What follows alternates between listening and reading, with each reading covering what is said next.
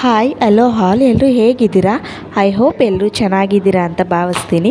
So friends, ಇವತ್ತಿನ ಒಂದು ನನ್ನ ವಿಡಿಯೋದಲ್ಲಿ ಚೋಚೋ ಬಾತ್ನ ಹೇಗೆ ಮಾಡೋದು ರೆಸಿಪಿ ಅಂತ ತುಂಬ ಸಿಂಪಲ್ಲಾಗಿ ಹೇಳ್ಕೊಟ್ಟಿದ್ದೀನಿ. ಈ ಒಂದು ರೆಸಿಪಿ ನಿಮಗೆ ಇಷ್ಟ ಆದರೆ ದಯವಿಟ್ಟು ನನ್ನ ಚಾನಲ್ಗೆ ಲೈಕ್ ಮಾಡಿ, ಕಾಮೆಂಟ್ ಮಾಡಿ, ಹಾಗೆ ಚಾನಲ್ನ ಸಬ್ಸ್ಕ್ರೈಬ್ ಮಾಡೋದನ್ನು ಮರಿಬೇಡಿ. ಸೊ ಬನ್ನಿ ಇವಾಗ ಈ ಒಂದು ರೆಸಿಪಿ ಮಾಡೋದು ಹೇಗೆ ಅಂತ ನೋಡೋಣ. ಫ್ರೆಂಡ್ಸ್, ಇವಾಗ ನಾನು ಗ್ಯಾಸ್ ಆನ್ ಮಾಡಿ ಒಂದು ಪ್ಯಾನ್ನ ಇಟ್ಕೊಂಡಿದ್ದೀನಿ, ಫ್ರೈ ಪ್ಯಾನ್ನ. ಇವಾಗ ಇದಕ್ಕೆ ನಾನು 1 ಕಪ್ಪಷ್ಟು ರವೆನ ಹಾಕ್ಕೋತಾ ಇದ್ದೀನಿ. ರವೆ ಹಾಕ್ಕೊಂಡು ನಾವು ತುಂಬ ಚೆನ್ನಾಗಿ ಹುರ್ಕೋಬೇಕಾಗುತ್ತೆ. ಅದ್ರ ಘಮ ನಮಗೆ ಗೊತ್ತಾಗಬೇಕು, ಅಷ್ಟು ಚೆನ್ನಾಗಿ ನಾವು ರವೆನ ಹುರ್ಕೋಬೇಕು. ರವೆನ ನಾವು ಉಪ್ಪಿಟ್ಟು ಮಾಡಬೇಕಾದ್ರೆ ಫಸ್ಟು ಮೇನ್ ನೋಡಬೇಕಾಗಿರೋದೇ ರವೆ ಹುರ್ಕೊಳ್ಳೋದು. ರವೆ ನಾವು ಎಷ್ಟು ನೀಟಾಗಿ ಹುರ್ಕೋತೀವೋ ಉಪ್ಪಿಟ್ಟು ಕೂಡ ಅಷ್ಟು ತುಂಬ ಸ್ಮೂತಾಗಿ, ಮೃದುವಾಗಿ, ತುಂಬ ಟೇಸ್ಟಿಯಾಗಿ ಬರುತ್ತೆ. ಫ್ರೆಂಡ್ಸ್, ಈಗ ರವೆನ ಹುರ್ಕೋತಾ ಇದ್ದೀನಿ. ಇದನ್ನು ಒಂದು 5ರಿಂದ 10 ನಿಮಿಷ ಲೋ ಫ್ಲೇಮಲ್ಲಿ ಹುರ್ಕೋಬೇಕು. ಯಾಕೆ ಅಂದರೆ ನಾವು ಹೈ ಫ್ಲೇಮಲ್ಲಿ ಹುರ್ಕೊಂಬಿಟ್ರೆ ತಳ ಅಂಟ್ಬಿಡುತ್ತೆ, ಸೀದೋಗ್ಬಿಡುತ್ತೆ. ಹಾಗಾಗಿ ಲೋ ಫ್ಲೇಮಲ್ಲೇ ನಿಧಾನವಾಗಿ ಒಂದು 5ರಿಂದ 10 ನಿಮಿಷ ಹುರ್ಕೋಬೇಕು. ನೋಡಿ, ನಾನು ನೀಟಾಗಿ ಎಲ್ಲ ಕಡೆಯೂ ಸೌಟಿಂದ ತಿರುಗಿಸ್ಕೊಂಡು ಹುರ್ಕೋತಾ ಇದ್ದೀನಿ. ಫ್ರೆಂಡ್ಸ್, ನಾವೀಗ ರವೆನ ಹುರ್ಕೊಂಡು ನೋಡಿ ಕಲರ್ ಕೂಡ ಚೇಂಜ್ ಆಗಿದೆ, ಅದ್ರ ಘಮ ಕೂಡ ಬರ್ತಾ ಇದೆ. ಸೊ ಈ ಒಂದು ಟೈಮಲ್ಲಿ ನಾನು ಅದನ್ನು ಒಂದು ಪ್ಲೇಟಿಗೆ ಹಾಕೋತಾ ಇದ್ದೀನಿ. ಒಂದು ಪ್ಲೇಟಿಗೆ ಹಾಕ್ಕೊಂಡು ಅದನ್ನು ಸೈಡಿಗೆ ಎತ್ತಿಟ್ಕೊಂಡ್ಬಿಡ್ತೀನಿ ನಾನು. ಇನ್ನೊಂದು ಕಡೆ ಅದೇ ಒಂದು ಪ್ಯಾನ್ನ ಇಟ್ಕೊಂಡು ಅದಕ್ಕೆ ಒಂದು 2 ಟೇಬಲ್ ಸ್ಪೂನಷ್ಟು ಎಣ್ಣೆ ಹಾಕ್ಕೋತಾ ಇದ್ದೀನಿ. ಸೊ ಫ್ರೆಂಡ್ಸ್, ಎಣ್ಣೆ ಹಾಕ್ಕೊಂಡು ಎಣ್ಣೆ ಸ್ವಲ್ಪ ಕಾಯಬೇಕು. ಎಣ್ಣೆ ಕಾದ ನಂತರ ಫ್ರೆಂಡ್ಸ್, ಇವಾಗ ಎಣ್ಣೆ ಕಾಯ್ತಾ ಇದೆ. ಎಣ್ಣೆ ಕಾದ ನಂತರ ಒಗ್ಗರಣೆಗೆ ಬೇಕಾಗಿರೋ ಇಂಗ್ರೀಡಿಯೆಂಟ್ಸ್ನ ಹಾಕ್ಕೊಳ್ಳೋಣ. ಸೊ ನೋಡಿ, ಇವಾಗ ಸ್ವಲ್ಪ ಸಾಸಿವೆ ಹಾಕ್ಕೋತಾ ಇದ್ದೀನಿ. ಸಾಸಿವೆ ಸ್ವಲ್ಪ ಚಟಪಟ ಅಂತ ಸಿಡಿಬೇಕು. ಸಾಸಿವೆ ಕಾದ ನಂತರ ನಾವು ನೆಕ್ಸ್ಟು ಒಂದು ಕಡೆ ಮೀಡಿಯಮ್ ಸೈಜ್ ಒಂದು ಈರುಳ್ಳಿ, 2 ಟೊಮೊಟೊ, ಒಂದು 2 ಖಾರಕ್ಕೆ ಅನುಗುಣವಾಗಿ ಮೆಣಸಿನ್ಕಾಯಿನ ಹೆಚ್ಚಿ ಇಟ್ಕೊಂಡಿದ್ದೆ ಚಿಕ್ಕದಾಗಿ. ಸೊ ಇವಾಗ ನಾನು ಈರುಳ್ಳಿ ಹಾಗೂ ಹಸಿರು ಮೆಣಸಿನ್ಕಾಯಿನ ಹಾಕ್ಕೋತಾ ಇದ್ದೀನಿ. ಹಾಕ್ಕೊಂಡು ಈರುಳ್ಳಿ ಸ್ವಲ್ಪ ಬ್ರೌನ್ ಕಲರ್ ಅಂದರೆ ಕಲರ್ ಬಿಡೋವರೆಗೂ ನೀಟಾಗಿ ಫ್ರೈ ಮಾಡ್ಕೋಬೇಕಾಗುತ್ತೆ. ನೀಟಾಗಿ ನಾವು ಫ್ರೈ ಮಾಡ್ಕೊಂಡ ನಂತರ ಇನ್ನು ಮಿಕ್ಕಿರೋ ಇಂಗ್ರೀಡಿಯೆಂಟ್ಸ್ನ ಹಾಕ್ಕೊಳ್ಳೋಣ. ಫ್ರೆಂಡ್ಸ್, ಇವಾಗ ನಾನು ಫ್ರೈ ಮಾಡ್ಕೋತಾ ಇದ್ದೀನಿ. ಸ್ವಲ್ಪ ಈರುಳ್ಳಿ ಕಲರ್ ಚೇಂಜ್ ಮಾಡಿ ಬ್ರೌನ್ ಕಲರ್ ಆಗಬೇಕು. ಬ್ರೌನ್ ಕಲರ್ ಬರೋವರೆಗೂ ನೀಟಾಗಿ ಫ್ರೈ ಮಾಡ್ಕೊಳ್ಳೋಣ. ಫ್ರೆಂಡ್ಸ್, ಇದನ್ನ ನಾವು ತುಂಬ ಈಸಿಯಾಗಿ ಬೇಗನೆ ಮಾಡ್ಕೋಬೋದು. ಒಂದು ಸಲ ಟ್ರೈ ಮಾಡಿ ನೋಡಿ. ಇಷ್ಟ ಆಯಿತು ಅಂದರೆ ನನ್ನ ಒಂದು ಚಾನಲ್ನ ಸಬ್ಸ್ಕ್ರೈಬ್ ಮಾಡೋದನ್ನು ಮರಿಬೇಡಿ. ಫ್ರೆಂಡ್ಸ್, ಇವಾಗ ಈರುಳ್ಳಿ ಕಲರ್ ಬಿಡ್ತಾ ಇದೆ. ಸೊ ನೆಕ್ಸ್ಟ್ ನಾವು ಅದಕ್ಕೆ ಟೊಮೊಟೊ ಹಣ್ಣು ಹೆಚ್ಚಿ ಇಟ್ಕೊಂಡಿದ್ವಲ್ಲ, ಸೊ ಅದನ್ನು ಹಾಕ್ಕೊಳ್ಳೋಣ. ಅದನ್ನು ಹಾಕ್ಕೊಂಡು ಫ್ರೆಂಡ್ಸ್, ಇವಾಗ ನೋಡ್ಬೋದು ನೀಟಾಗಿ ಫ್ರೈ ಆಗಿದೆ ಈರುಳ್ಳಿ. ಸೊ ಇವಾಗ ನೆಕ್ಸ್ಟ್ ನಾವು ಟೊಮೊಟೊ ಹಣ್ಣು ಹಾಕ್ಕೋತಾ ಇದ್ದೀವಿ. ಟೊಮೊಟೊ ಸ್ವಲ್ಪ ಉಪ್ಪಿಟ್ಟು ಸ್ವಲ್ಪ ಹುಳಿ ಆಗಿದ್ರೇ ಚೆಂದ ಅಲ್ವಾ?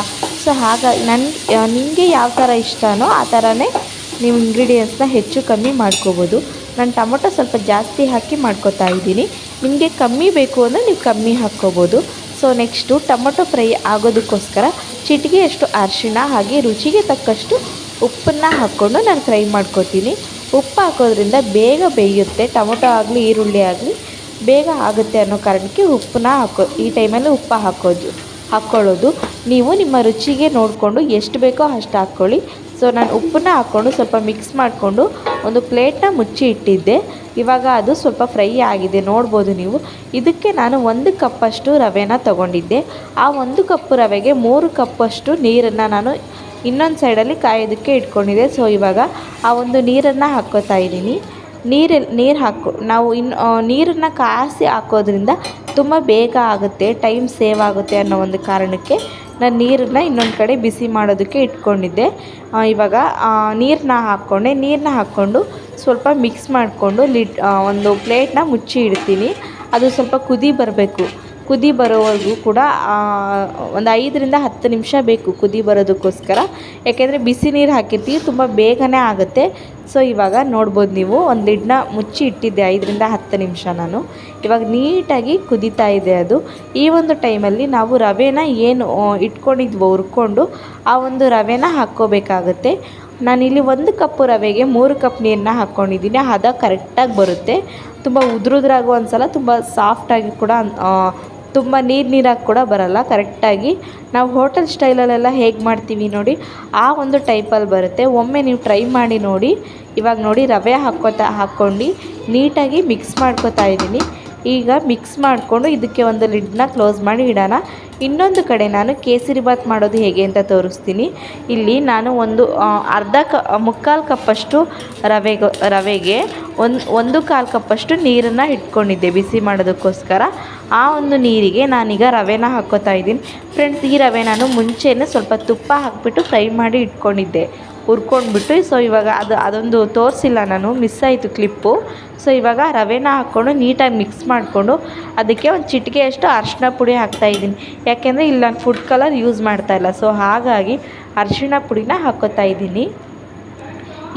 ನಾನು ಆವಾಗೇ ಅರ್ಧ ತುಪ್ಪ ಹಾಕ್ಕೊಂಡ್ಬಿಟ್ಟು ದ್ರಾಕ್ಷಿ ಗೋಡಂಬಿನ ಹುರ್ಕೊಂಡಿದ್ದೆ. ಸೊ ಈಗ ನಾನು ಮಿಕ್ಕಿರೋ ತುಪ್ಪ ಹಾಕಿಬಿಟ್ಟು ಮಿಕ್ಸ್ ಮಾಡ್ಕೊತಾ ಇದ್ದೀನಿ. ತುಪ್ಪ ಹಾಕೋದ್ರಿಂದ ತುಂಬ ಫ್ಲೇವರ್ ತುಂಬ ಚೆನ್ನಾಗಿ ಕೊಡುತ್ತೆ, ತುಂಬ ಸ್ಮೆಲ್ಲೆಲ್ಲ ತುಪ್ಪದ ಸ್ಮೆಲ್ ಇರುತ್ತೆ, ತುಂಬ ಚೆನ್ನಾಗಿರುತ್ತೆ. ಸೊ ಇವಾಗ ಲಾಸ್ಟಿಗೆ ನಾನು ರವೆನ ಹಾಕ್ಕೋತಾ ಇದ್ದೀನಿ. ರವೆ ಹಾಕ್ಕೊಂಡು ಮಿಕ್ಸ್ ಮಾಡಿಕೊಂಡು ನಾನು ಏನು ಫ್ರೈ ಮಾಡಿ ಇಟ್ಕೊಂಡಿದ್ನೋ ಗೋಡಂಬಿ ಹಾಕ್ಕೊಂಡು ಮಿಕ್ಸ್ ಮಾಡ್ಕೊತಾ ಇದ್ದೀನಿ. ಸೊ ನೋಡಿ ಫ್ರೆಂಡ್ಸ್, ತುಂಬ ಸಿಂಪಲಾಗಿ ತೋರಿಸ್ಕೊಟ್ಟಿದ್ದೀನಿ, ತುಂಬ ಈಸಿ, ತುಂಬ ಬೇಗ ಕೂಡ ಆಗುತ್ತೆ, ಟೈಮ್ ಕೂಡ ಸೇವ್ ಆಗುತ್ತೆ. ಒಂದು ಕಡೆ ಉಪ್ಪಿಟ್ಟು ರೆಡಿ, ಇನ್ನೊಂದು ಕಡೆ ಕೇಸರಿ ಬಾತ್ ಕೂಡ ರೆಡಿಯಾಗಿದೆ. ಸೊ ನೋಡ್ತಾ ಇರ್ಬೋದು, ಉಪ್ಪಿಟ್ಟು ಕೂಡ ಎಷ್ಟು ತುಂಬ ಸೂಪರಾಗಿ ಬಂದಿದೆ. ಟೇಸ್ಟ್ ಮಾತ್ರ ಸಖತ್ತಾಗಿತ್ತು. ಒಂದು ಸಲ ನೀವು ಕೂಡ ಟ್ರೈ ಮಾಡಿ ನೋಡಿ. ಚೆನ್ನಾಗಿ ಬಂತು ಅಂದರೆ ಕಮೆಂಟ್ ಮಾಡಿ ತಿಳಿಸಿ. ಫ್ರೆಂಡ್ಸ್ ನೋಡ್ಬೋದು, ಇವಾಗ ನಾನು ಇದನ್ನು ಒಂದು ಲಾಸ್ಟಿಗೆ ಕೊನೆಯಲ್ಲಿ ಕೊತ್ತಂಬರಿ ಸೊಪ್ಪನ್ನ ಹಾಕ್ಕೊಂಡು ಮಿಕ್ಸ್ ಮಾಡ್ಕೊತೀನಿ. ಆವಾಗಲೇ ಹಾಕ್ಕೋಬೇಕಿತ್ತು, ನಾನು ಮರ್ತೋಗ್ಬಿಟ್ಟೆ, ಹೆಚ್ಚಿ ಇಟ್ಕೊಂಡಿದ್ದೆ. ಸೊ ಈ ಟೈಮಲ್ಲಿ ಹಾಕ್ಕೊಂಡು ನಾನು ಮಿಕ್ಸ್ ಮಾಡಿಕೊಂಡೆ. ಫ್ರೆಂಡ್ಸ್, ಇದನ್ನ ನಾನು ಒಂದು ಸರ್ವಿಂಗ್ ಪ್ಲೇಟ್ಗೆ ಸರ್ವ್ ಮಾಡ್ಕೊತೀನಿ. ಸೊ ಹೇಗೆ ಬಂದಿದೆ ಅಂತ ನೀವು ಕೂಡ ನೋಡಿ ಹೇಳಿ. ನೋಡ್ಬೋದು, ಇವಾಗ ನಾನು ಸರ್ವ್ ಮಾಡ್ಕೊತಾ ಇದ್ದೀನಿ. ಈ ಕಡೆ ಉಪ್ಪಿಟ್ಟು ಕೂಡ ರೆಡಿ, ಕೇಸರಿ ಬಾತ್ ಕೂಡ ರೆಡಿ. ಈಗ ತಿನ್ನೋದು ಒಂದೇ ಬಾಕಿ. ನೋಡ್ಬೋದು ನೀವು ಎಷ್ಟು ಚೆನ್ನಾಗಿ ಬಂದಿದೆ. ಇವಾಗ ಸ್ವಲ್ಪ ತೆಳುವಾಗಿರುತ್ತೆ. ಒಂದು 5ರಿಂದ 10 ನಿಮಿಷ ಬಿಟ್ಟರೆ ಗಟ್ಟಿಯಾಗುತ್ತೆ, ಅಂದರೆ ತುಂಬ ಗಟ್ಟಿಯಾಗಲ್ಲ, ಸ್ವಲ್ಪ ಒಂದು ಹದಕ್ಕಿರುತ್ತೆ. ನೋಡ್ಬೋದು, ಇವಾಗ ನಾನು ಬೌಲ್ಗೆ ಹಾಕ್ಕೊಂಡು ಇಟ್ಕೊಂಡಿದ್ದೀನಿ. ತುಂಬ ಸ್ಮೂತಾಗಿ ಸೂಪರಾಗಿ ಬಂದಿದೆ ಉಪ್ಪಿಟ್ಟು ಮಾತ್ರ. ಉಪ್ಪಿಟ್ಟು ಜೊತೆ ಕೇಸರಿ ಬಾತ್ ಕೂಡ ನೋಡ್ಬೋದು ಹೇಗೆ ಬಂದಿದೆ ಅಂತ.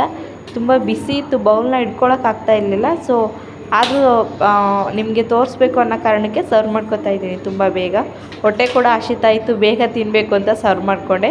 ಈ ರೆಸಿಪಿ ಇಷ್ಟ ಆದರೆ ಲೈಕ್ ಮಾಡಿ.